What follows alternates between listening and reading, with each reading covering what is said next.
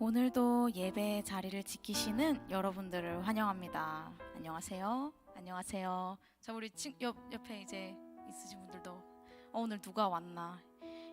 예배 정시각에 참여하신 분들이 누구인가? 한 번씩 얼굴 한번 확인하시고 예, 안녕하세요. 안녕하세요. 네. 유튜브로도 각자의 처소에서 예배 자리를 지키시는 여러분들도 환영합니다. 안녕하세요. 말씀 한 구절 나누고 시작하고 싶습니다. 오늘 나눌 말씀 제가 읽어드릴게요. 오늘 나눌 말씀은 창세기 1장 11절에서 11절, 12절 가져왔습니다. 11절 하나님이 이르시되 땅은 풀과 씨 맺는 채소와 각기 종류대로 씨 가진 열매 맺는 나무를 내라 하시니 그대로 되어 12절입니다. 땅이 풀과 각기 종류대로 씨 맺는 채소와 각기 종류대로 씨 가진 열매 맺는 나무를 내니 하나님께서 보시기에 좋았더라. 창조하시는 하나님이 이 세상을 보시며 보시기에 좋았더라라고 말씀하십니다. 시간이 짧아서 다 나누지는 못했지만 하나님께서는 우리를 만드시면서 보시기에 좋았더라라고 말씀하시는 주님이십니다. 어느 날엔가 일을 하다가 창밖을 봤는데 보이는 풍경이 너무 예쁜 거예요. 하나님의 창조하신 세계가 얼마나 아름다운지 이 창조 세계를 볼 수 있음에 감사했습니다. 오늘 우리는 아름다운 세상을 지으신 하나님을 찬양하고 싶습니다. 그리고 하나님께서 우리를 향한 그 섭리가 있음을 기억하며 노래합시다. 먼저 기도로 예배 문을 열고 싶습니다. 오늘 이 자리 가운데 계시는 함께 하시는 주님, 아름다우신 주님을 찬양하길 원하오니 저의 입술을 열어주시고 마음을 만져주세요.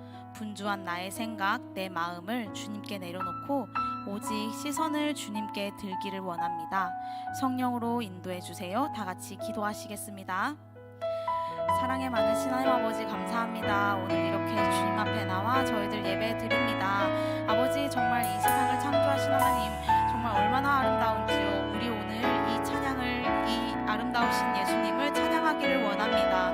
우리들의 입술을 열어주시고 우리들의 마음을 만져주시고 분주한 나의 생각들, 내 생각을 사로잡는 모든 것들 그리고 나의 마음들을 아버지 앞에 내려놓고 온전히 시선을 주님께 두기를 원합니다. 성령으로 인도하여 주시옵소서. 저희가 신령과 진정으로 주님께 찬양 드릴 수 있도록 예배할 수 있도록 성령 충만케 하여 주시옵소서.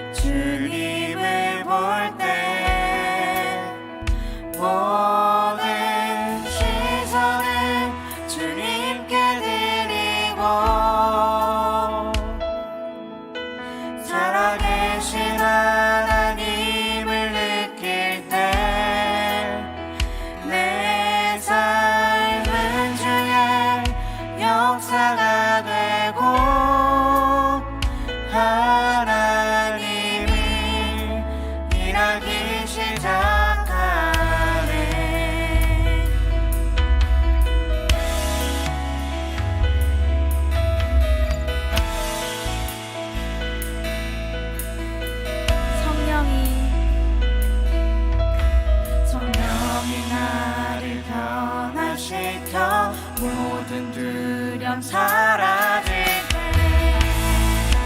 주의 일을 보겠네. 황폐한 땅 한가운데서 주님 마음 알게 되리. 주님을 볼 때 모든 시선을 주님께 드리고 살아계신 하나님을 느낄 때 내 삶은 주의 역사가 되고 하나님이 일하기 시작하네. 모든 시선을 주님께 드리고 살아계신 하나님을 느낄 때 내 삶은 주의 역사가 되고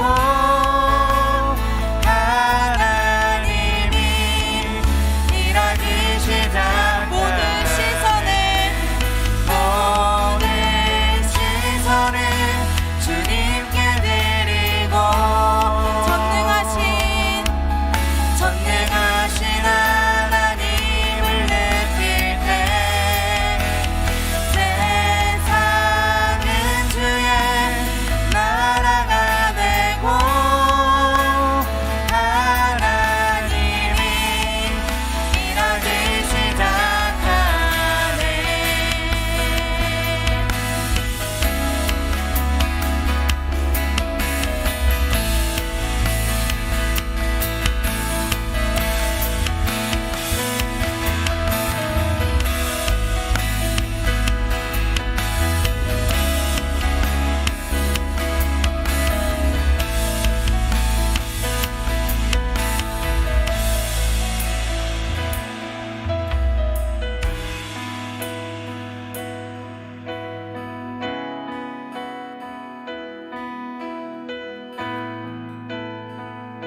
주님의 영광, 주님의 영광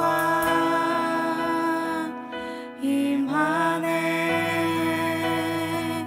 주 볼 때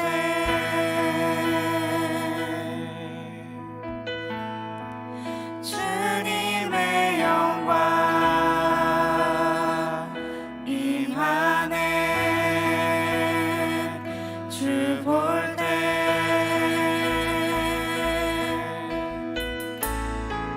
주님의 영광 임하네.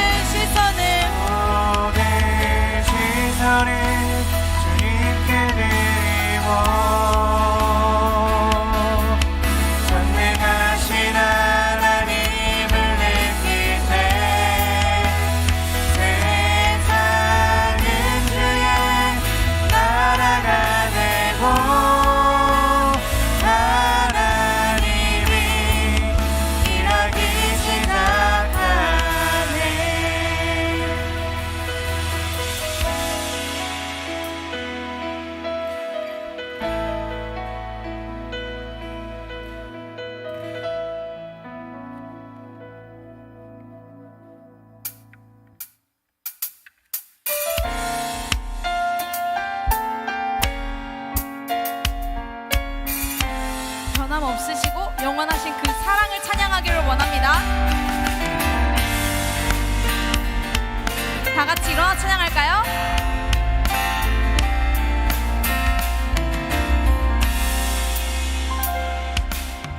내 앞에 주어진 매일의 삶을 살다가 보면 그곳에 날 향한 계획 섭리가 있다네. 매 순간 나에게 요구하시는 작은 믿음들 그곳에 날 향한 계획 섭리가 있다네. 지금 여기 계시며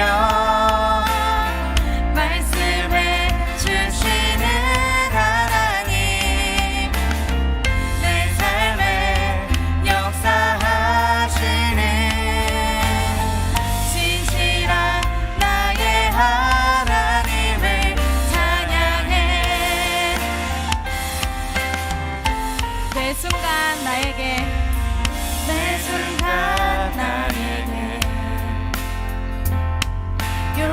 요구하시는 작은 믿음들 그곳에 날 향한 계획 섭리가 있다네. 지금 여기 계시며 말씀해 주시는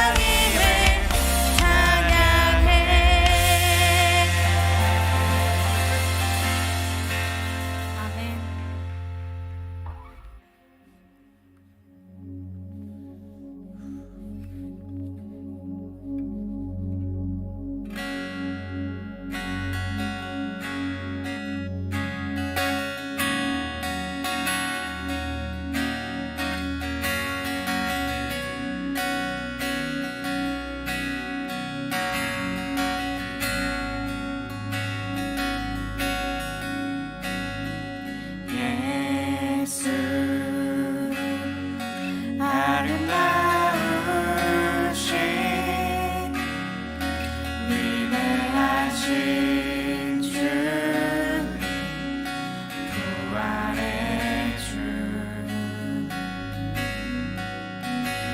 어린 양 거룩과 공의, 새벽별과 같은 나의 구주,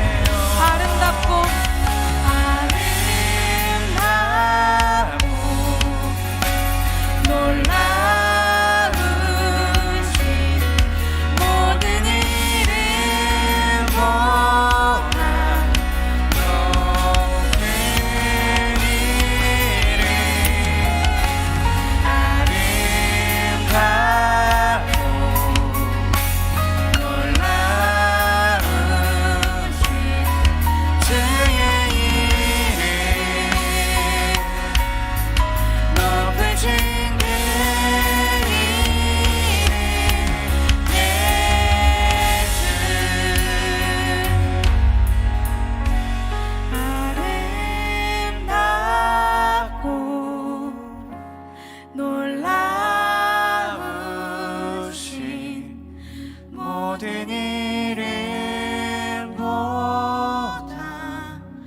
높은 이름 아름답고 놀라우신 주의 이름 높으신 그 이름 예수.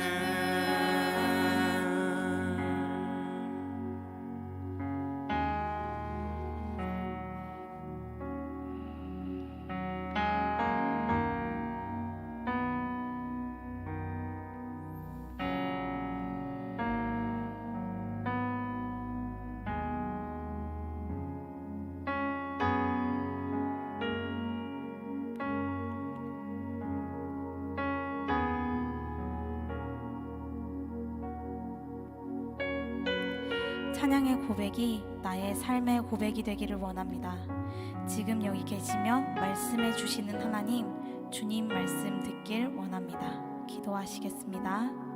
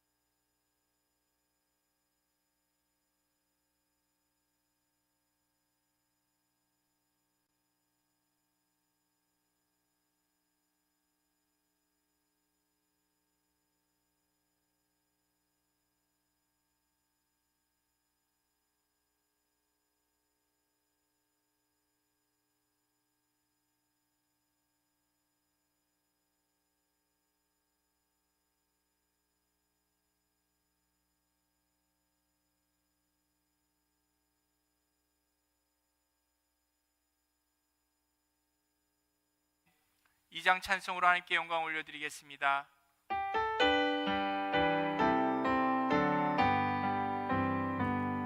찬양 성부 성자 성령 성삼위일체께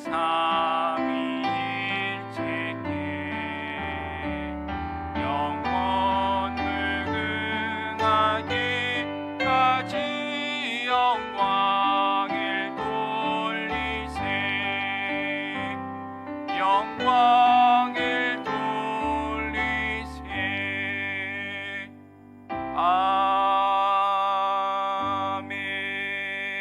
아멘. 최은 자매님 나오셔서 기도해 주시겠습니다.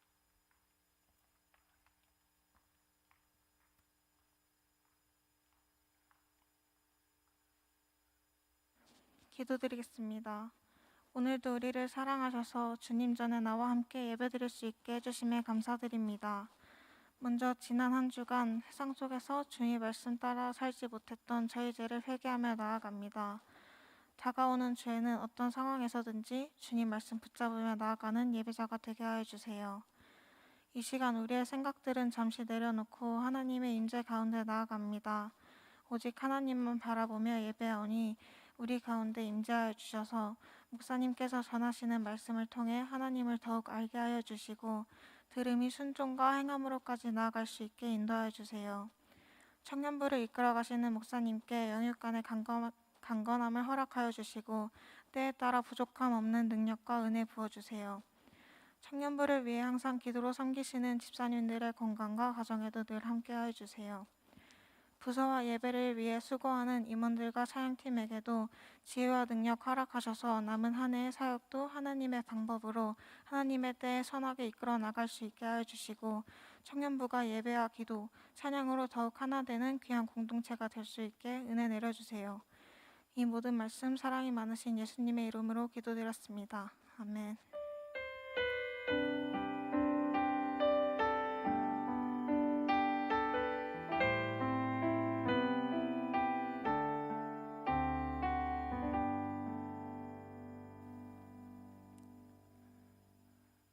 오늘 주시는 하나님 말씀은 요한복음 20장 31절 말씀입니다. 우리 함께 자리에 일어나셔서 하나님 주시는 말씀 합독함으로 받도록 하겠습니다.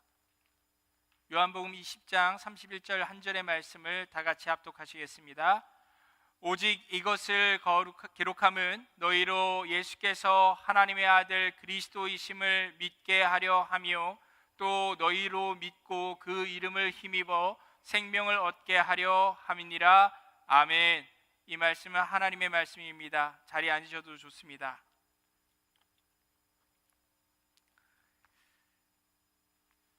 제가 맨 처음 20살에 성경을 읽기 시작했을 때 얼마 지나지 않아서 질문을 갖게 되었습니다. 성경을 읽다 보니 질문이 생기더라고요. 기독교는 제가 알기로 예수를 믿는 종교로 알고 있었는데요, 아무리 읽어도 성경책에 예수 이야기가 안 나오는 거예요. 여기서 저를 비웃으셔야지 이제 정상입니다. 앞에서부터 제가 창세기, 출애굽기, 레위기, 민수기, 신명기, 여호수아, 그죠?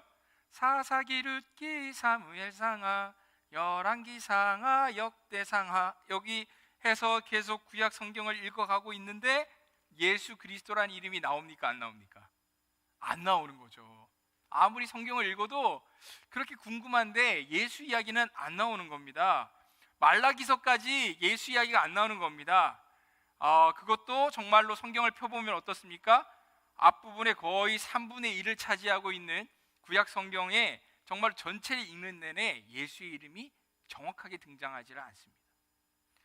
저는 이 불편함을 어떻게 해소할 수 있었던 걸까요?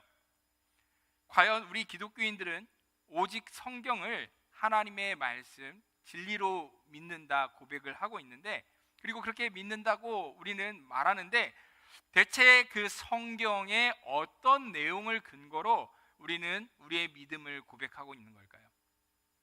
오늘 우리는 이 성경 66권이 과연 어떤 내용을 담고 있는 책인지 한번 알아보고 싶습니다. 성경을 펴면은요, 크게 두 권의 책으로 성경이 이루어졌다는 것을 알 수 있습니다. 하나는 오래된, 그리고 하나는 새로운, 구약과 신약입니다. 올 테스터먼트는, 그리고 뉴 테스터먼트는 공통적인 단어가 있는데 테스터먼트라는 거죠. 바로 언약이라는 단어가 있습니다. 한자로도 이 약이라는 단어가 말이 바로 언약이라는 의미인 것인데, 그렇기 때문에 신구약 성경은 하나님과 이스라엘 및 온 인류 간에 이루어진 어떠한 약속, 언약 관계에 대해서 아주 길고 장엄하게 이야기를 전해주는 책이라고 말해도 과언이 아닐 것입니다. 구약 성경은 이스라엘 및 온 인류에게 그 오래된 약속을 전해주고 있는데요, 특히 히브리어 성경, 유대인들이 읽고 있는 히브리어 성경을, 그 구약 성경을 그들은 타나크라고 부릅니다. 여러분들이 이제 주보에 같이 있는 핸드아웃을 보시면은 굉장히 도움이 됩니다. 오늘은 제 얼굴을 집중하지 않으시고 그 핸드아웃을 같이 이렇게 보시면서 제 이야기를 들어도 꽤 괜찮습니다. 39권의 고대 히브리어 문서들이 1000년이라는 시간에 걸쳐서 하나의 두루마리 모음집으로 편찬이 된 것이라고 말할 수 있죠. 이에 반해서 신약 성경은요, 총 27권으로 되어 있는데 한 3, 40년 정도의 그 시간 안에 걸쳐 쓰여졌고요. 그 저자들이 모두 예수 그리스도를 따르던 첫 세대 인물들이라는 공통점이 있습니다. 먼저 구약 성경에 대해서 우리가 좀 볼 때 구약 성경은 어떻게 구성되어 있을까요? 성경책을 펴보면요, 거의 전체 한 4분의 3 정도 되는 두꺼운 볼륨을 바로 구약 성경이 차지하고 있다는 것을 우리가 볼 수 있습니다. 구약은 39권의 아주 작은 책들의 묶음이라고 할 수 있는데, 유대인들은 이것을 총 크게 3가지 두루마리로 구분해서 타나크라고 불렀습니다. 이 타나크라는 말은 히브리어로 율법서를 의미하는 토라, 그리고 예언서인 네비임, 그리고 성스러운 글들을 의미하는 케투빔, 이 3글자의 앞부분을 따라서 타나크라고 만든 약어입니다. 토라는 모세오경이라고 부를 수 있는 구약 성경 맨 앞에 위치한 5권의 책, 창세기, 출애굽기, 레위기, 민수기, 신명기를 가리킵니다. 네비임은 예언서인데요, 4권의 역사서, 그리고 총 15권의 선지자들의 이름으로 쓰여진 선지서들로 이루어져 있는 19권의 책입니다. 그 다음으로는 케투빔이라고 불리는 거룩한 글들이 있는데요, 다양한 시, 이야기 형식의 글들로 이루어져 있지요. 이러한 세 묶음의 이 구성은 굉장히 오래된 전통인데요, 복음서를 보게 되면 예수님께서 회당에서 두루마리 곧 구약 성경을 읽으실 때도 이렇게 구성된 성경을 읽으셨다라는 것을 우리가 볼 수 있습니다. 그런데 여기서 우리는 한 가지 질문을 하게 되죠. 그렇다면 누가 도대체 이 구약 성경을 기록했을까? 사실 이렇게 구약 성경 타나크가 만들어지는 데는 오랜 세월이 걸쳐 시간이 걸렸습니다. 우리가 잘 아는 모세도 있고요, 다윗도 있고요, 그 외에 수많은 유명한 선지자들도 있지만은 이름 없는 서기관들, 이름 없는 수많은 하나님의 그 선지자들이 헌신하여져서 이 1000년에 걸쳐 구약의 성경은 쓰여지게 되었습니다. 하지만 진정한 이 성경의 구약 성경의 저자는 따로 있죠. 이사야서 59장 21절은 그래서 이렇게 말씀합니다. 여호와께서 이르시되 내가 그들과 세운 나의 언약이 이러하니 곧 내 위에 있는 나의 영과 내 입에 둔 나의 말이 이제로부터 영원하도록 내 입에서와 내 후손의 입에서와 내 후손의 후손의 입에서 떠나지 아니하리라. 무슨 말입니까? 이 말씀뿐만이 아니라 수많은 시편과 선지자들이 그렇게 일관되게 증언하고 있는 것은 성경의 진정한 저자가 바로 하나님의 영이신 성령님이시다라는 것입니다. 즉 모든 성경은 성령 하나님의 감동으로 쓰여진 바로 책이고, 하나님께서 사람의 그 언어를 사용하여 주셔서 그분의 백성들에게 전해주신 하나님의 그 비밀, 드러난 비밀, 계시의 말씀인 것입니다. 그러면 구약 성경 타나크의 첫 두루마리인 토라가 전하는 내용은 어떤 내용들일까요? 창세기는 어떻게 시작합니까? 태초에 하나님이 천지를 창조하시니라. 그렇죠. 토라의 첫 시작인 창세기는 하나님께서 말씀으로 세상을 선하게 창조하시고 특별히 사람에게 복을 베푸셔서 에덴 동산이라고 하는 그러한 장소에 살게 하시는 장면에서 시작합니다. 하나님께서는 이 세상을 하나님의 그 이미지, 형상으로 지음받은 그 인간, 히브리어로 인간을 재밌게도 아담이라고 합니다. 아담에게 맡기십니다. 하나님께서는 이 사람을 창조 세계를 다스리는 그러한 하나님을 대신하는 존재들, 마치 왕과 여왕과 같은 존재들로 임명하셔서 이 세상을 다스리게 하셨습니다. 하나님께서 모든 것을 허용하셨지만은 한 가지를 허용하지 않으셨죠. 그게 무엇이었습니까? 바로 선과 악을 알게 하는 나무가 동산 한가운데 있었는데 그것의 열매만은 먹지 말라고 말씀하셨습니다. 이것은 하나님을 신뢰하여서 선과 악을 분별하는 삶을 살 것인가, 아니면 인간이 자기 마음대로 선과 악을 판단하고 그렇게 삶을 살아갈 것인가에 대한 갈림길과도 같은 것이었습니다. 그런데 동산에는 아담과 하와 외에도 한 가지 미스테리한 생물이 살고 있었죠. 무엇입니까? 뱀이죠. 그렇습니다. 이미 창조주에게 반역했던 이 뱀이라는 존재는 인간을 깨워서 하나님께 대항하도록 유혹했습니다. 그 결과 선악과를 먹어서 하나님께 불순종의 죄를 짓게 된 사람은 생명의 원천이신 그 하나님으로부터 분리되어져서 광야로 쫓겨나게 되고 그곳에서 죽음을 마주하게 됩니다. 여기서부터 인류는 세상에 계속 퍼져나갑니다. 자기 멋대로 그리고 선과 악을 재정의하면서 타락한 삶을 살아가게 됩니다. 그들은 폭력과 압제로 가득한 성읍들을 건설해 가는데 그 모든 것들이 바벨론이라고 하는 성읍의 기초가 됩니다. 그리고 높은 교만의 바벨탑을 쌓아서 하나님의 자리에 인간들은 앉으려고 합니다. 여기까지만 보더라도 우리는 하나님께서는 인간을 통해서 세상을 선하게 계속 다스리기 원하시지만은 늘 문제가 인간에게 있다는 것을 확인하게 됩니다. 인간은 늘 죄의 영향 아래 놓여서 어리석게도 자기 파멸의 길로만 달려갑니다.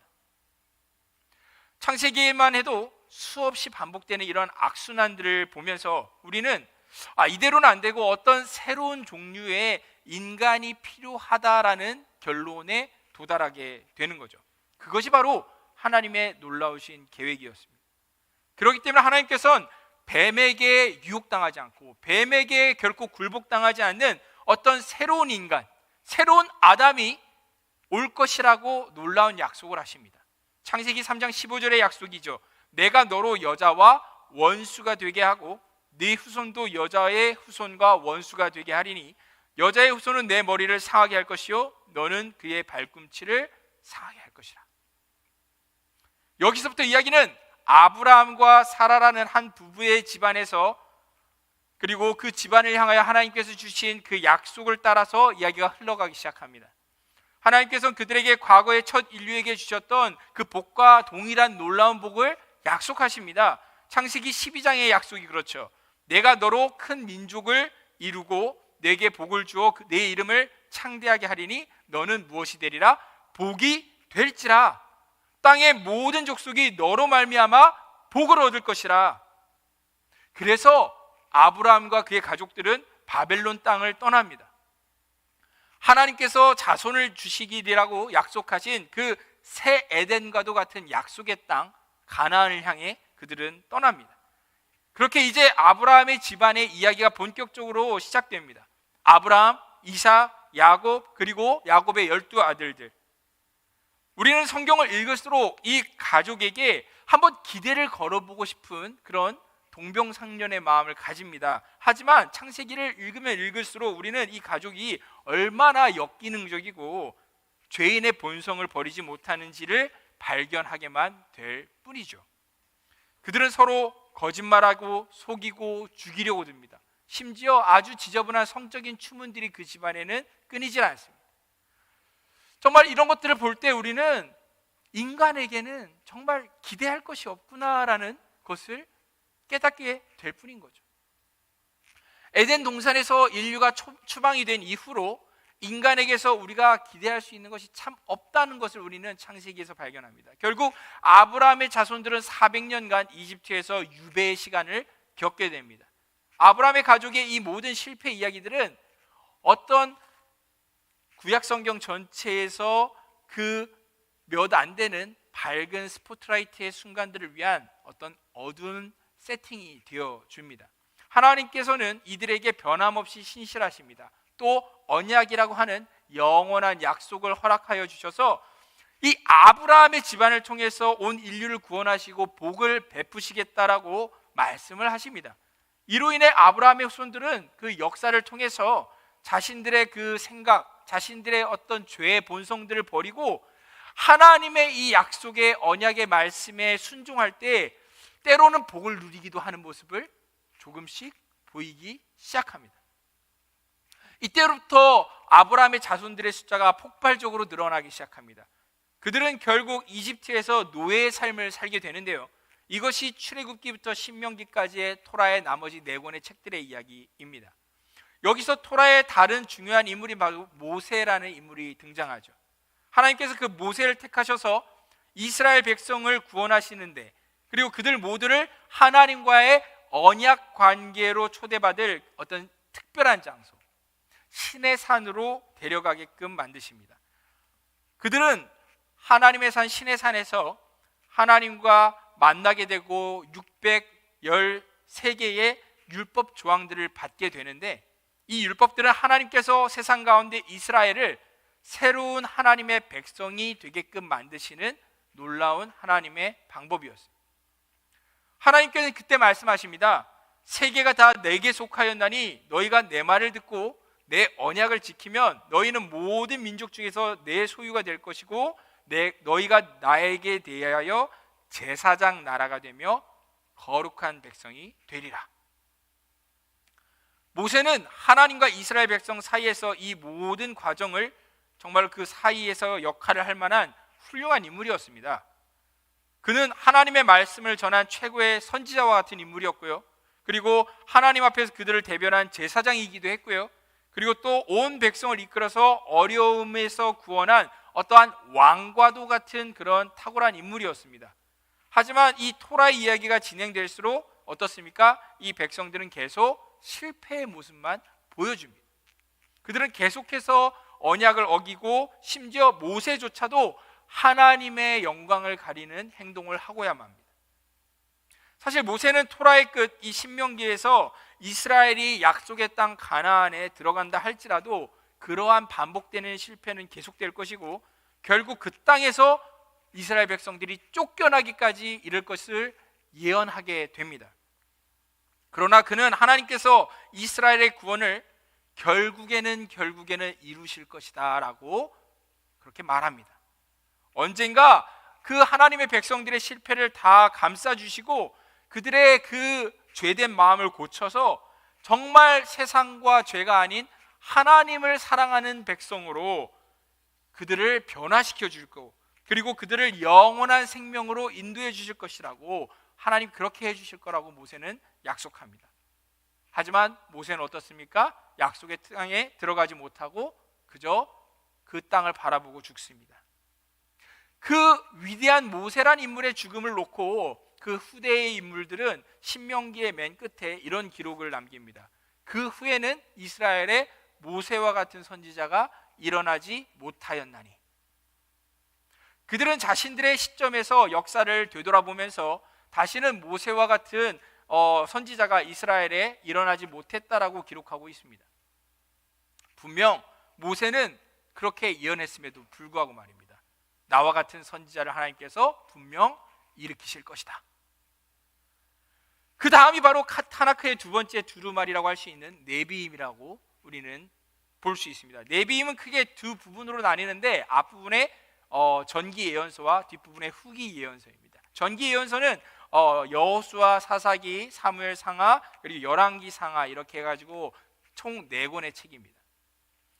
약속의 땅에 들어간 이스라엘의 역사를 그 선지자들이 그 후대의 관점에서 그 역사를 기록한 책이라고 할 수 있죠. 먼저 이 네비임은 여호수아라고 하는 아주 걸출한 지도자로부터 이야기가 시작이 됩니다. 성경은 여호수아가 성공할 수 있었던 그 원인이 그가 마치 모세와 같았고 무엇보다도 밤낮으로 하나님의 말씀인 율법을 묵상했기 때문이었다라고 기록하고 있습니다. 하지만 그런 여호수아의 죽음 이후에 이스라엘은 또다시 자멸의 길로 들어섭니다. 마치 에덴 동산과 모세의 이야기가 다 예견했던 것처럼 그 하강의 나선 구도는 계속적으로 반복적으로 발생합니다. 그러한 사사기의 맨 마지막 절은 그 하나님의 통치에 불순종했던 이스라엘의 상태를 이렇게 정의 내립니다. 그때 이스라엘의 왕이 없으므로 사람이 자기 소견에 옳은 대로 행하였더라. 이것이 사사기의 맨 마지막 절 이야기입니다. 이런 이스라엘의 역사 이야기들은 주로 이스라엘의 왕과 선지자 그리고 제사장들이 어떻게 실패했는지를 보여줍니다. 어떻게 보면 성경은 대부분 실패의 스토리들입니다. 그들이 어떻게 거짓과 속임과 살인과 우상 숭배를 일삼으면서 하나님과의 그 언약 관계에 실패했는지를 계속 초점 맞춥니다. 이것은 사실 과거의 조상들의 실패를 조금 더 재현한 것에 불과합니다. 하지만 가끔 희망적인 이야기들도 등장합니다. 하나님께서는 새로운 인간, 새로운 아담을 통해서 분명히 인류의 복을 베푸시겠다라고 그런 언약의 희망적인 약속을 재확인하시면서 다윗이라고 하는 한 인물의 집안에서 특별한 그 후에 왕이 태어날 것이다 라는 말씀을 반복적으로 약속하십니다. 또 다윗이나 솔로몬처럼 그렇게 하나님을 신뢰할 때에 아브라함의 축복과 같은 축복을 누리는 인물들을 우리는 구약에서 몇몇 보게 되는데요. 하지만 그것은 결코 지속되는 이야기가 아니었습니다. 아니나 다를까 아브라함의 후손들은 그들이 조상이 나왔던 바벨론으로 결국 다시 돌아가고야만 합니다. 돌아갈 때는 비참한 모습으로 돌아갑니다. 어떤 모습으로요? 바벨론의 포로가 되어서, 이스라엘에 그렇게 유다가 멸망해서 포로가 되어서 돌아가게 됩니다. 하지만 기억할 점은요, 이 모든 이야기들이 그 선지자들에 의해서 후대의 관점으로 기록되었다라는 것입니다. 그들은 이 포로 생활이 끝이 아님을 알고 이스라엘의 과거 이야기들이라는 것이 미래의 소망을 바라보기 위한 하나의 그 장치로서 구약 성경 타나크를 그렇게 배치하고 있습니다. 하나님은 그들의 백성을 바벨론에서 반드시 구원하실 것을 약속하셨는데 구원하실 때에 모세와도 같고 또 다윗과도 같은 새로운 왕을 보내시겠다라고 누차 약속하십니다. 사실 이것이 네비임의 마지막 부분인 후기 예언서들이 전하는 내용입니다. 이사야, 예레미야, 에스겔과 같은 그런 큰 세 권의 예언서와 그리고 12권의 그 선지자들 이름으로 쓰여진 작은 예언서들이 있는데 이것은 굉장히 의도적인 배치라고 할 수 있습니다. 이 세 명의 선지자들은 마치 아브라함과 이삭과 야곱이라는 세 명의 족장들을 연상시키고 12소 선지서들은 이스라엘의 12지파들을 암시하는 것만 같습니다. 하지만 우리는 알고 있죠. 이 아브라함 집안의 모든 이야기들은 성공의 이야기입니까? 실패의 이야기입니까? 실패의 이야기죠. 그 조상들의 실패를 암시하면서 그럼에도 불구하고 신실하게 홀로 언약을 지켜가시는 하나님을 바라보라고 계속 선지자들은 이야기합니다. 그리고 동시에 하나님께서 미래에 주신 그 소망의 약속을 기억하게 만듭니다.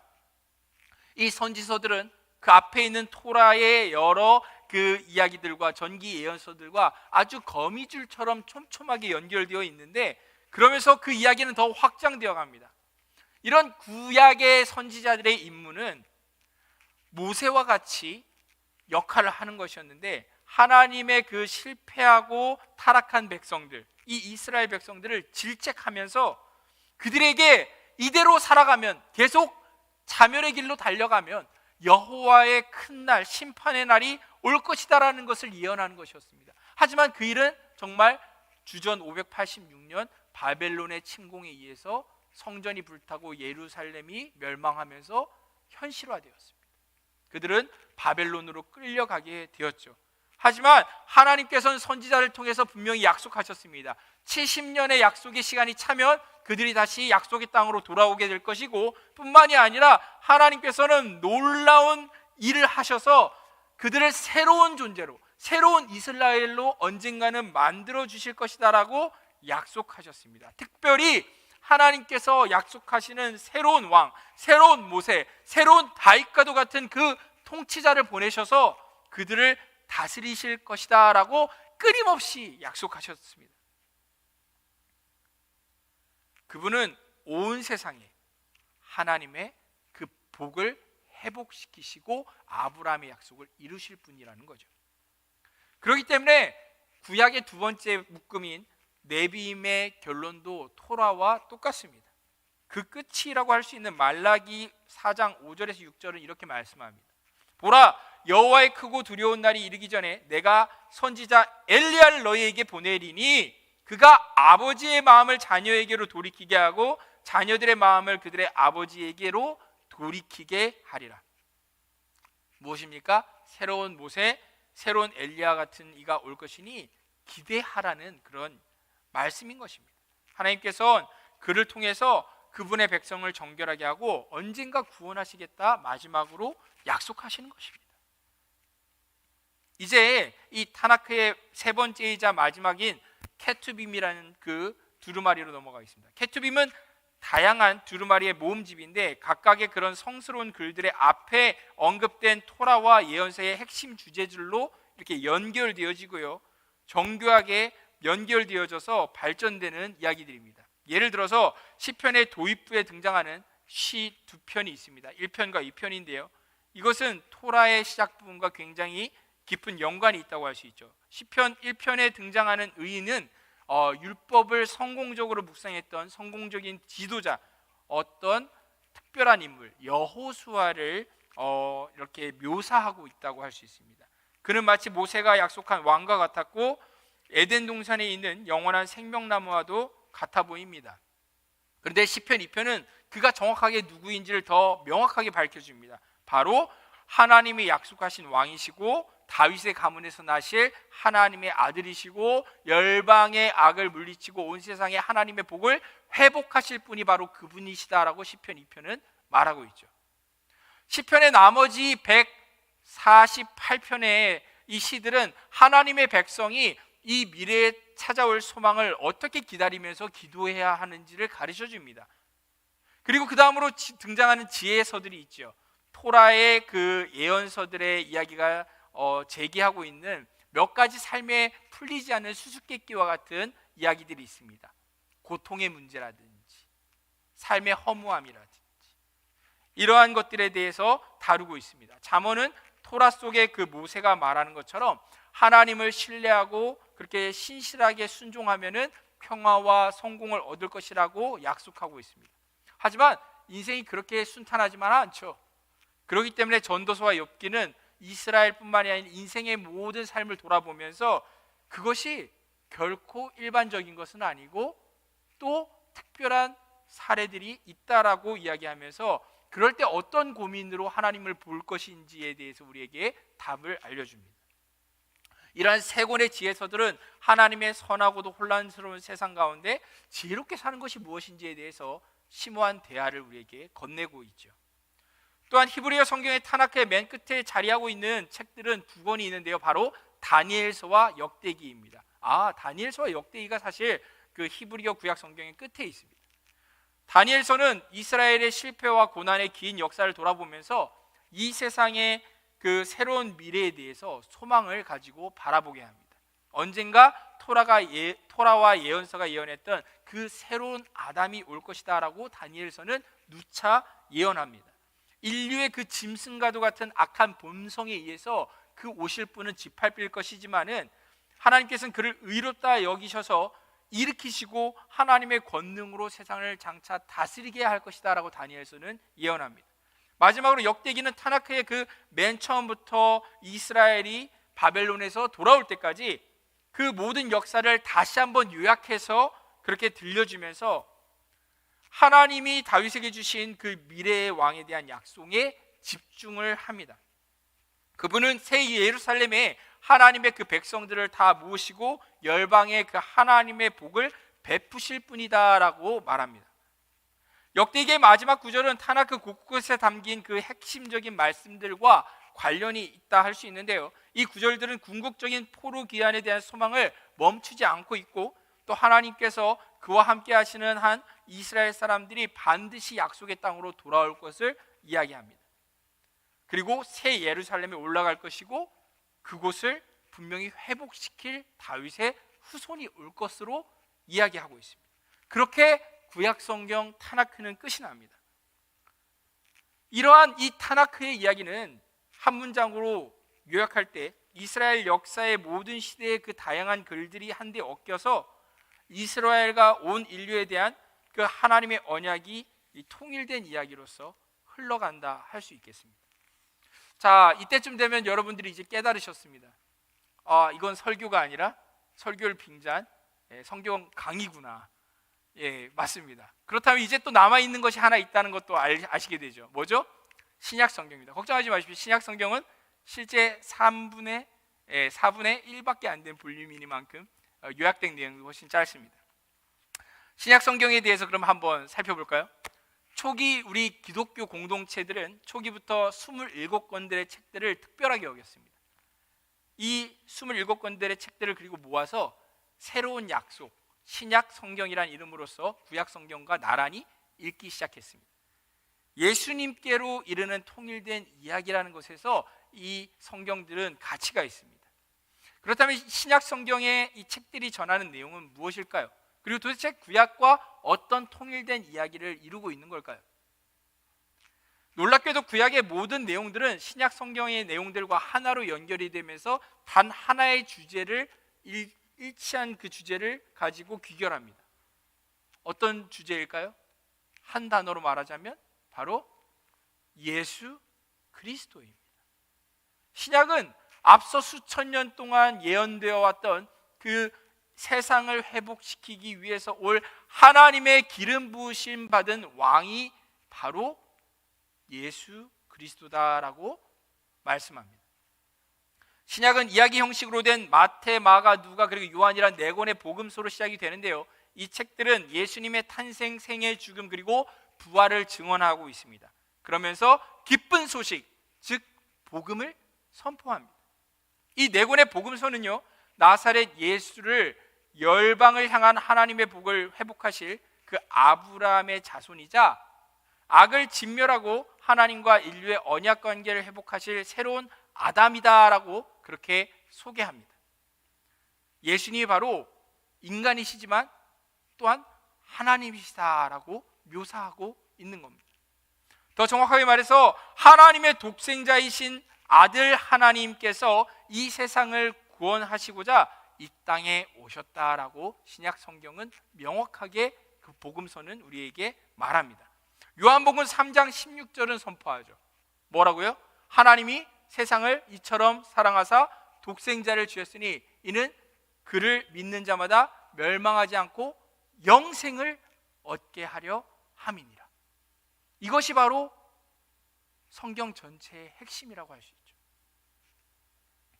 그렇게 예수님께서는 두루 다니시면서 약속하신 하나님의 나라가 가까이 왔다고 선포하시고 마치 이스라엘의 왕처럼 말하고 행동하십니다. 하지만 그분께서는 자기를 왕처럼 여기지 않으시고 인자, 즉 종이 되어서 섬기러 온 그러한 인간이다라고 자신을 묘사하십니다. 복음서는 이스라엘의 그 하나님께서 예수 그리스도를 통해 신실한 이스라엘 사람 그리고 모든 인류가 되기를 실패한 그러한 참된 인간, 참된 아담이 되어 주셨다라고 말씀하고 있습니다. 그래서 예수님의 그 사명은 인류의 그 죄 아래에 숨어서 우리를 정말로 자기 파멸로 끊임없이 이끌어가는 그 악을 대적하는 것이 바로 예수님의 사명이다라고 성경은 말하는 것이죠. 그렇다면 그러한 우리를 파멸시키는 악을 우리는 어떻게 물리칠 수 있을까요? 마태복음 20장 28절에서 예수님께서 말씀하십니다. 인자가 온 것은 섬김을 받으려 함이 아니라 도리어 섬기려 하고 자기 목숨을 많은 사람의 대속물로 주려 함이니라. 놀랍게도 복음서는 예수님께서 자신을 내어주어서 인류의 죄를 위해 죽으심으로써 악을 이기셨다라고 그렇게 답하고 있습니다. 역설적인 놀라운 그 피해 보좌인 십자가에서 예수님께서 그 승리를 이루셨다는 것입니다. 거기서 그분은 폭력이 아닌 평화와 용서와 자기 희생의 그 사랑으로서 그분께서 모든 이들에게 가르쳤던 그 말씀을 증명하십니다.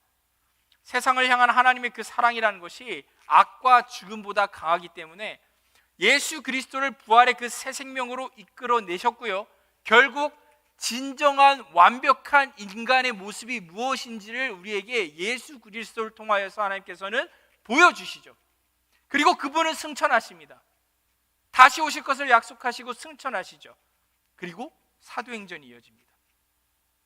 사도행전은 신약 성경의 5번째 책인데 예수님의 그 제자들에 의해서 그들의 이야기가 쓰여져 있습니다. 예수님께서는 승천하시기 전에 사도들, 즉 보냄받은 이들로 그분의 제자들을 임명하시고 하늘의 복음을 온 세상에 전파하라고 명하십니다. 성령의 그 권능으로요, 성령의 임재 가운데, 성령의 그 강림 가운데 그 예수님의 제자들은요 삶이 변화됩니다. 그리고 예수님을 닮아집니다. 예수 그리스도의 삶과 사랑을 세상에 전파하기 시작합니다. 사도행전 1장 8절에서 예수님은 명령하셨습니다. 오직 성령이 너희에게 임하시면 너희가 권능을 받고 예루살렘과 온 유다와 그리고 사마리아와 땅끝까지 이르러 내 증인이 되리라. 이처럼 사도행전이 전하는 복음은 언어, 문화, 인종, 국가를 넘어서서 정말로 모든 복음을 통하여서 새로워지는 이들이라면 누구나 하나님의 진정한 가족이 되는 것, 하나님이 그토록 원하시는 죄에 더 이상 지배당하지 않는 새로운 인류가 되게끔 그렇게 초청하는 것입니다.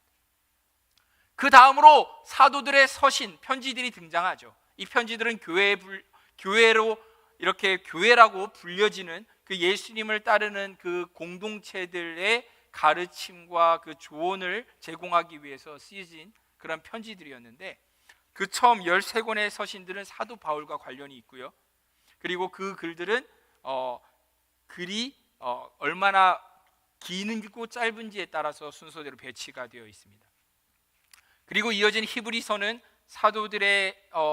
사도들과 가까운 어떤 익명의 인물에 의해서 쓰여졌고, 야고보서와 유다서는 예수님의 친형제들에 의해서, 그리고 베드로와 요한의 5편지들은 예수님의 첫 제자들에 의해서 쓰여졌다라는 특징이 있죠.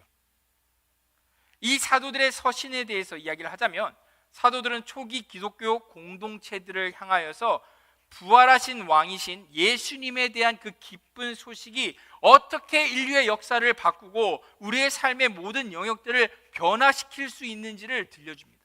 그리고 또 그 십자가의 복음에 대해서 명확하게 설명하면서 끊임없이 구약의 이야기들과 예수님의 이야기들을 인용하는데요, 그렇게 하면서 우리가 구약과 신약을 어떻게 연결해서 하나의 책으로 보게 되는지에 대해서 우리는 그 서신들의 그 가이드라인들을 따라서 깨닫게 되죠.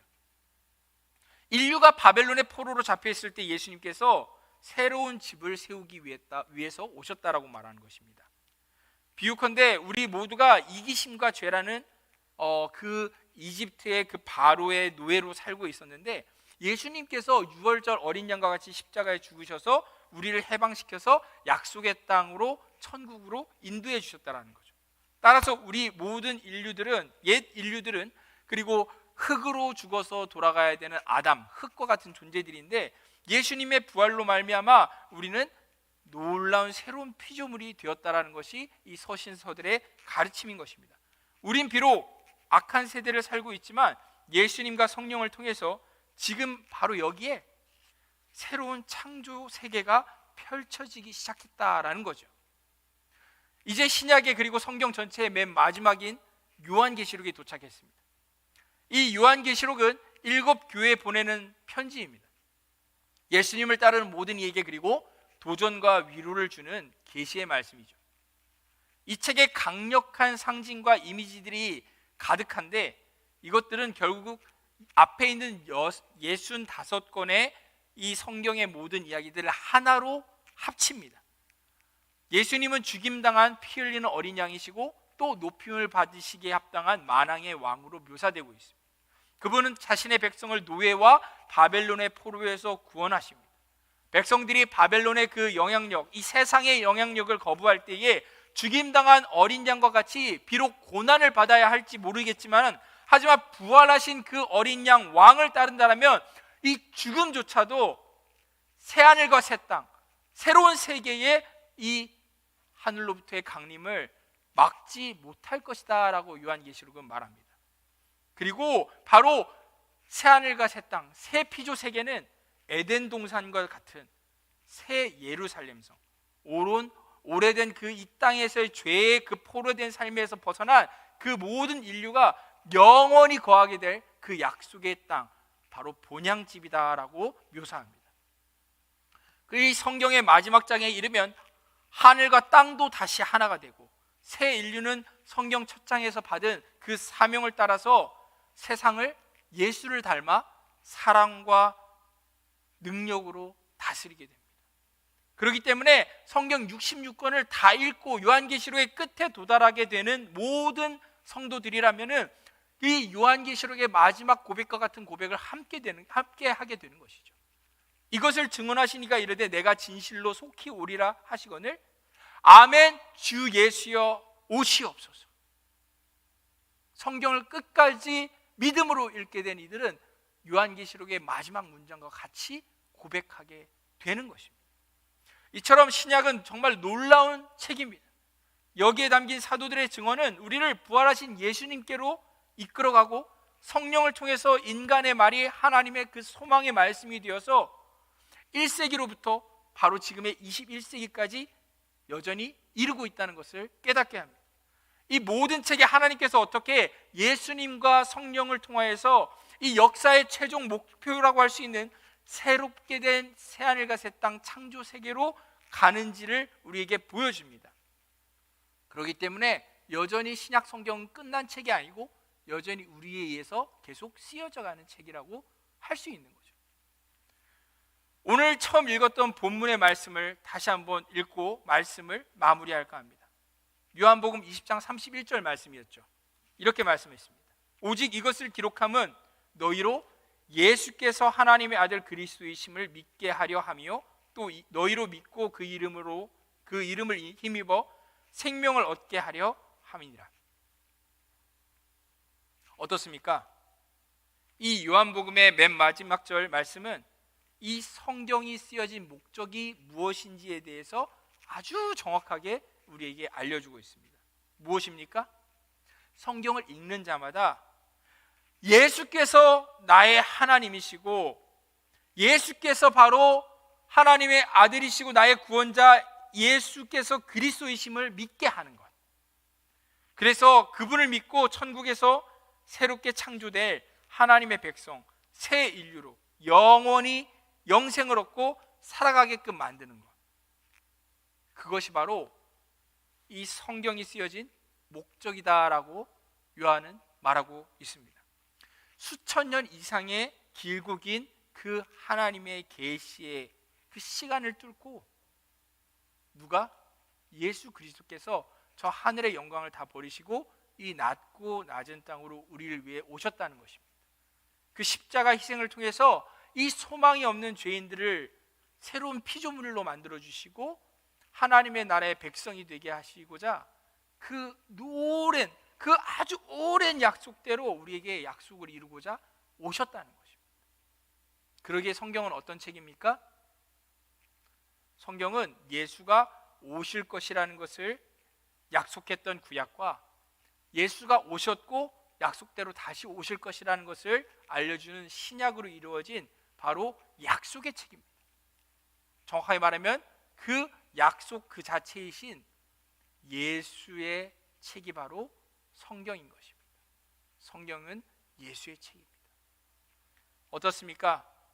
여러분들이 이제 정말 한번 성경 펴서 읽어보고 싶지 않으십니까? 그래서 곳곳에 숨어 있고 우리에게 일관되게 다가오시는 예수님을 만나고 싶지 않으십니까? 정말 성경들을 꼭 읽으시고 읽으실 때 숨겨진 비밀이신 그 예수 그리스도를 발견하는 그 놀라운 복이 있으시기를 축복합니다. 이 시간 우리 같이 함께 찬양하고 우리 하나님께 더욱 예수님의 그 이름을 높여 우리가 나아가면서 기도하기를 원합니다. 우리에게 정말 그 길고 긴 인류의 역사의 그 약속들, 계시의 그 수없는 약속들을 하나님께서는 이루기 위해서 우리에게 예수 그리스도를 주셨습니다. 그 예수 그리스도를 우리가 바라보면서 우리가 하나님의 그 놀라우신 그 언약을 찬양했으면 좋겠습니다. 당신은 시간을 뚫고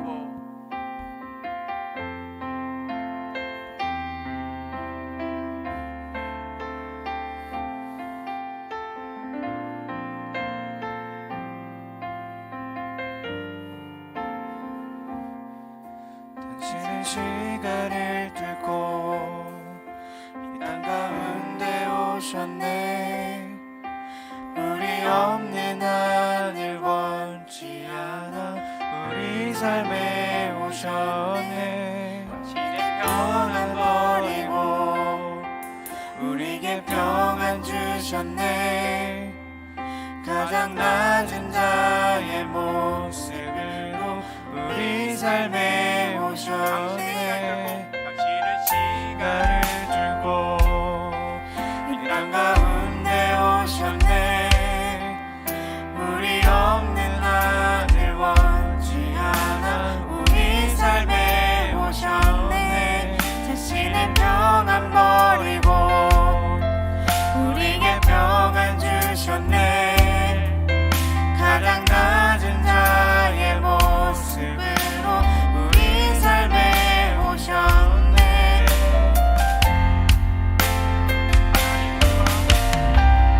하나님 우리와 영원히 함께 하시네. 꿈 없는 우리에게 그 나라 보여주시네.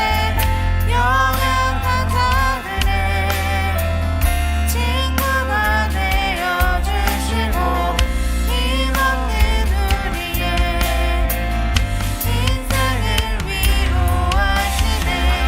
하나님 우리와 영원히 함께 하시네. 꿈 없는 우리에게 그 나라 보여주시네. 연약한 자들의 친구가 되어주시고 힘없는 우리의 인생을 위로하시네. 예수 이곳에 우리와 함께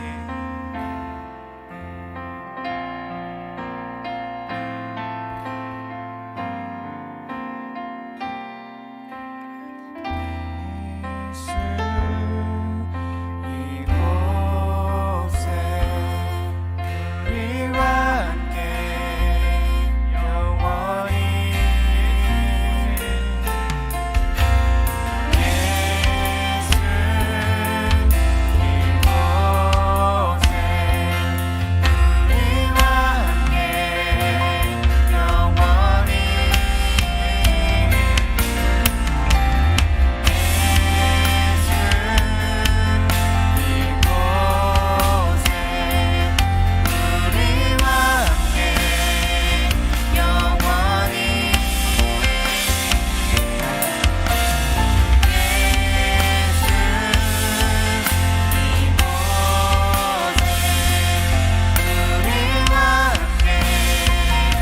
영원히.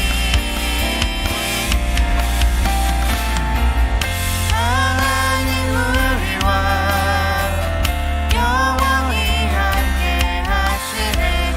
꿈 없는 우리에게 그 나라 보여주시네. 연약한 자들의 친구가 되어주시고 힘없는 우리의 인생을 위로하시네. 하나님 우리와 영원히 함께 하시네. 꿈 없는 우리에게 그 나라 보여주시네. 연약한 자들의 친구가 되어주시고 힘없는 우리의 인생을 위로하시네. 우리 함께 이 시간 말씀 기억하면서 기도하기를 원합니다. 아니, 성경을 기억하면서 기도하기를 원합니다. 하나님께서 우리에게 약속대로, 그 오래된 약속대로 예수 그리스도를 우리에게 보내어 주셨습니다. 십자가에 우리를 위해 죽는 그 어린 양으로 이 죄와 사망에 종살이하고 있던 모든 인류들을 하나님의 새로운 피조물, 진정한 하나님을 사랑하는 하나님의 백성 되게 하시고자 그 아들을 우리에게 주셨습니다. 그 아들께서는 이미 오셨고, 그리고 이 승천하셨지만 약속대로 다시 오실 것이고, 다시 오실 때는 이전과 다른 모습, 정말 이 세상을 심판하시는 모습, 하지만 하나님의 백성들을 하나님의 그 약속의 땅으로, 새로운 땅으로 우리를 인도하시는 그 인도자로 다시 오실 것이라고 말씀하고 계십니다. 그 예수 그리스도를 우리가 기억하기를 원합니다. 그분은 정말 우리를 위하여서 그 놀라운 시간을 뚫고 약속을 모두 이루기 위해서 이 땅에 오셨습니다. 그 약속, 예수 그리스도의 그 약속을 우리에게 알려주는 것이 바로 하나님의 성경의 말씀입니다. 하나님, 우리에게 성경을 주셔서 감사합니다. 예수 그리스도의 그 복음을 알게 하여 주셔서 감사합니다. 그 약속을 이루시고 또 더욱 이루실 것에 대한 약속을 성경을 통하여서 우리에게 깨닫게 하여 주시니 감사합니다. 하나님 감사합니다. 더욱 우리가 성경을 알기를 원하고, 성경을 통해 예수 그리스도를 알기를 원하고, 예수 그리스도를 닮기를 원하고, 예수 그리스도를 사랑하기를 원하고, 예수 그리스도를 쫓기를 원합니다. 주 예수여, 속히 오시옵소서. 주님을 닮아 주님을 끝까지 어린 양을 따르는 우리가 되기를 원하며, 그 성경의 말씀 붙들어 살아가기를 원하며, 이 시간 주 앞에 나아가 저희가 기도로서 그 간구를 올려드립니다. 저희여, 기도를 받아 주시옵소서. 우리 함께 기도하겠습니다. 할렐루야. 하나님 아버지, 주님 감사합니다. 놀라운 약속의 그 말씀대로, 그 놀라운 그 언약의 그 아버지의 그 성취로 예수 그리스도를 우리에게 주시고, 그 예수 그리스도를 아버지 우리에게 알게 하신 은혜, 아버지 그 예수님께서 이미 오셨고 다시 오실 것이라는 것을 우리가 아버지 깨닫게 되었을 때에 우리가 기쁨으로써, 더욱더 소망으로써 아버지 이 성경을 저희가 바라보게 됩니다. 우리가 감히 하나님을 아버지라 부를 수 있게 된 것도, 우리가 하나님의 백성이 될 수 있었던 것도, 성령으로 말미암아 우리가 거듭날 수 있어 정말로 아버지 하늘의 소망을 가지고 날마다 이 세상 가운데 우리가 살아가는 것도, 아버지 이 모든 것이 하나님의 그 계시의 약속이 성경의 말씀 때문인 것을 저희가 깨닫게 됩니다. 하나님, 성경 주셔서 감사합니다. 저희가 성경을 더 읽기를 원하고, 더욱더 깨닫기를 원하고, 알기를 원하고, 그럴 때 예수 그리스도를 더욱더 발견하기를 원하고, 예수님을 더욱더 그럴 때 사랑하기를 원하고, 예수님을 사랑하기 때문에 예수님을 쫓기를 원하고, 예수님이 원하시는 대로 이 세상을 끝까지 주님 오실 때까지, 주님 앞에 서는 날까지 저희가 살아가기를 원합니다. 주여, 주님의 말씀으로 저희를 교훈하여 주시옵소서. 저희는 늘 어리석으나 아버지 우리 주님께서는 선한 목전이시니 우리를 아버지 인도하여 주시옵소서. 날마다 아버지 어리석은 자들을 선한 길로, 순종 길로, 주의 말씀으로 인도하여 주셔서 아버지 오히려 정말 오직 주님의 말씀으로 저희가 정말 아버지 생명의 그 나라에, 아들의 그 사랑의 나라에 도달할 때까지 우리의 걸음들을 함께 순종으로 걸어 나아갈 수 있도록 우리에게를 인도하여 주시옵소서. 아버지, 청년이 아버지 무엇으로 자신의 생명을 끊게 하니까 주의 말씀으로 인한 일이다. 주님의 말씀이 더욱더 어제가 사모하고 나아가는 은혜들을 살기를 원합니다. 하나님의 말씀으로 저희를 아버지 인도하시고 깨닫게 하여 주시고, 오늘 주님이 인도하시는 아버지 생명길로, 아버지 하나님의 백성 되는 길로 저희 인도하여 주시옵소서.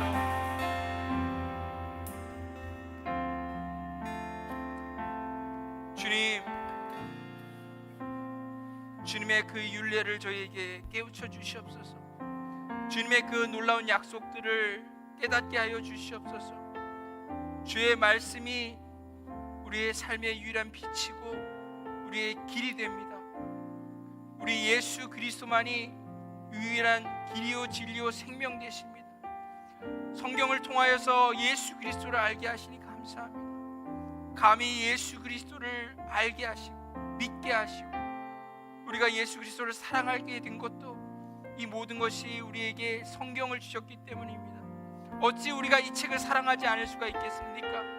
그러기에 정말로 수많은 하나님의 백성들이 이 책을 사랑하기 때문에, 죽기까지 이 책을 사랑하기 때문에 이 책의 그 가르침을 쫓아서 살아가기를 원하였고, 정말로 생명을 다 바쳐서 모든 것을 다해서 이 성경의 말씀을 저희 그런 정말로 믿음의 사람들이 지키고 정말 분투하였던 것을 우리는 기억합니다.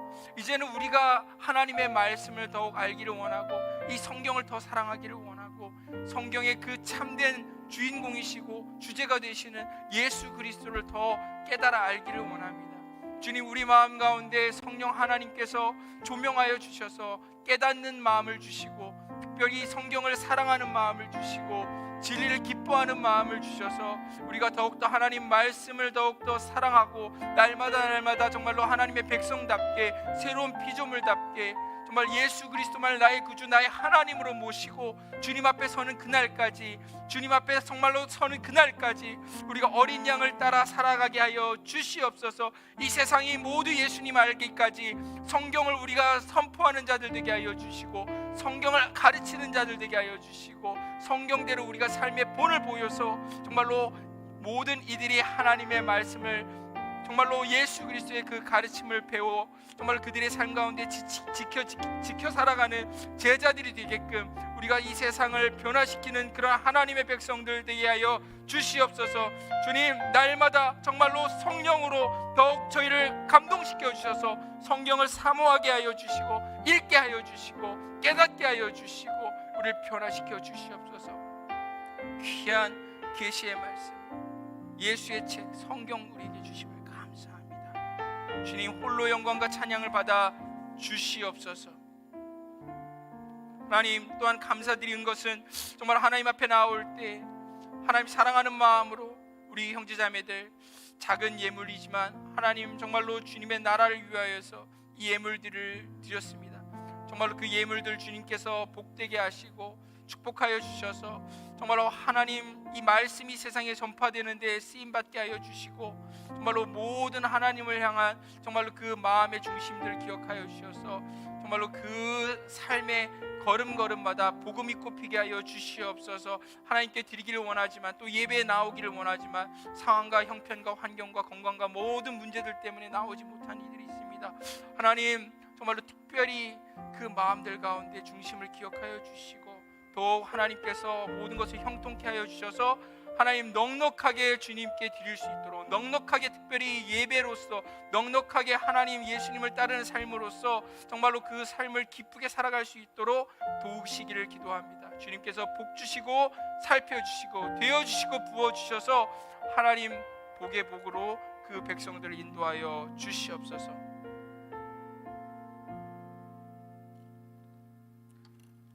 주 예수 그리스도의 은혜와 하나님의 사랑과 성령의 교통하심이, 예수 그리스도께서 오실 것을 약속하였고 또 예수님이 오셨고 다시 오실 것을 약속하고 있는 신약과 구약, 이 66권의 성경을 사모하는 모든 형제자매들의 머리 위에, 그리고 아직 이 성경의 진리 예수 그리스도를 알지 못하는 저 밖에 있는 잃어버린 양들에게도 이제부터 영원까지 예수 그리스도를 아는 그 진리로 말미암아 새 생명에 이르는, 영생에 이르는 놀라운 하나님의 그 언약의 축복이 이제로부터 영원까지 함께 있을지어다. 아멘.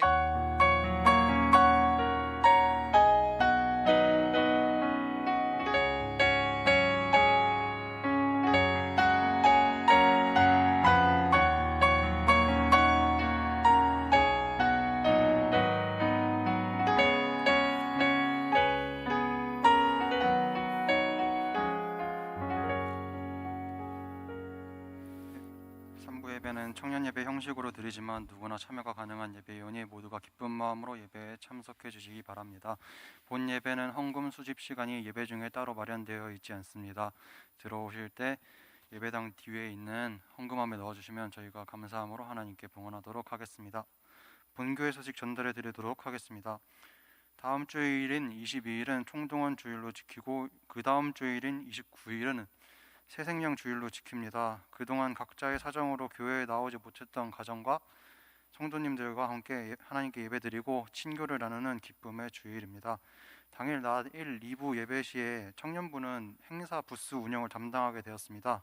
투어놀이와 페이스 페인팅을 담당했는데 저희가 임원들이 주중에 각 지체분들께 연락을 드릴 예정입니다. 그래서 교회 공동체를 위한 섬김에 많이 함께 하셨으면 좋겠습니다. 두 번째로 코로나로 인해 폐쇄됐던 교회 식당이 다음 주일인 20일부터 재개됩니다. 많은 이용 부탁드리겠습니다. 청년부 소식입니다. 저희가 5월 29일 주일에 3부 예배 끝나고 청년부가 전체 회식을 가집니다. 3부 예배 끝나고 바로 이동할 거고요. 장소는 이화여대 앞 산타비입니다. 진강희 집사님과 정영희 권사님이 식사를 대접해 주실 예정입니다. 식사 후에는 볼링도 치러 갈 예정이니 코로나로 이제 못했던 청년부 전체 활동인 만큼 다 함께 참여하셔서 즐거운 교제 시간을 보내셨으면 좋겠습니다. 두 번째로 각종 모임 안내는 주보에 나와 있는 대로 참고해 주시기 바라고, 소그룹 양육반에 참여하는 데 드는 회비와 교재비는 청년부에서 지원하니 마음이 있으신 분들은 목사님 통해서 신청하셔서 참석해 주시기 바랍니다. 그리고 오늘 스승의 주일인데 그동안 청년부를 위해 힘쓰시고 말씀 전해주시는 김사면 목사님을 위해서 청년부에서 조그만 선물을 준비했는데 잠깐 앞으로 모셔도 될까요? 잠깐.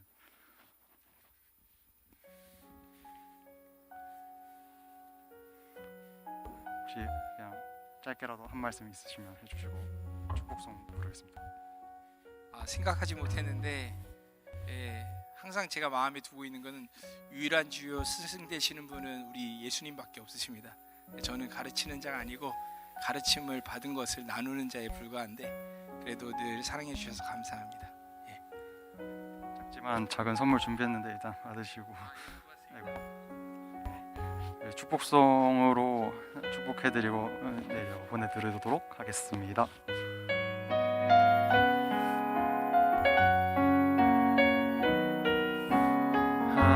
하나님께서 당신을 통해 메마른 땅에 샘물 나게 하시기를, 가난한 영혼 목마른 영혼 당신을 통해 주 사랑 알기 원하네. 박수 부탁드립니다. 감사합니다. 이상이고요. 모두 자리에서 일어나셔서 마지막 찬양으로 예배 마치도록 하겠습니다.